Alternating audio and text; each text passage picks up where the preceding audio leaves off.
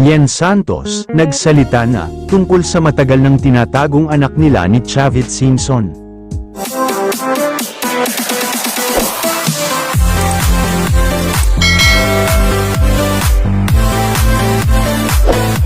Sa wakas nagsalita na ang aktres na si Yen Santos tungkol sa matagal ng isyu na may anak umano sila ng dating Ilocos Sur Gov Chavit Singson.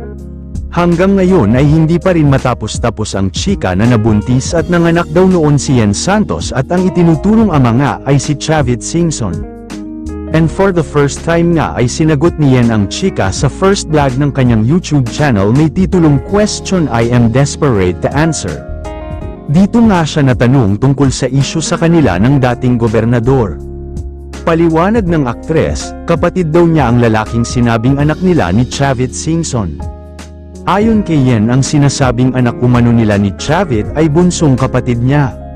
Tatlong magkakapatid umano sila, nagulat nga raw siya nang may biglang lumabas na balita na malaki na raw ang anak nila ni Chavit Singson.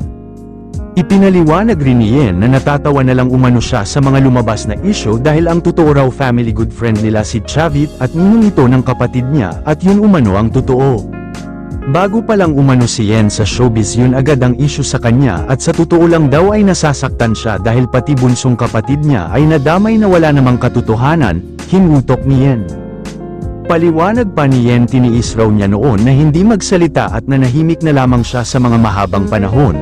Kaya naman ngayon hindi na nakatiis pa ang dalaga na hindi magsalita at ipaliwanag sa publiko ang totoo. Pakiusap rin ni Yen sa publiko na huwag agad-agad na maniwala sa mga lumalabas na balita dahil ni minsan raw ay hindi pa siya nangganganak at wala pa siyang anak.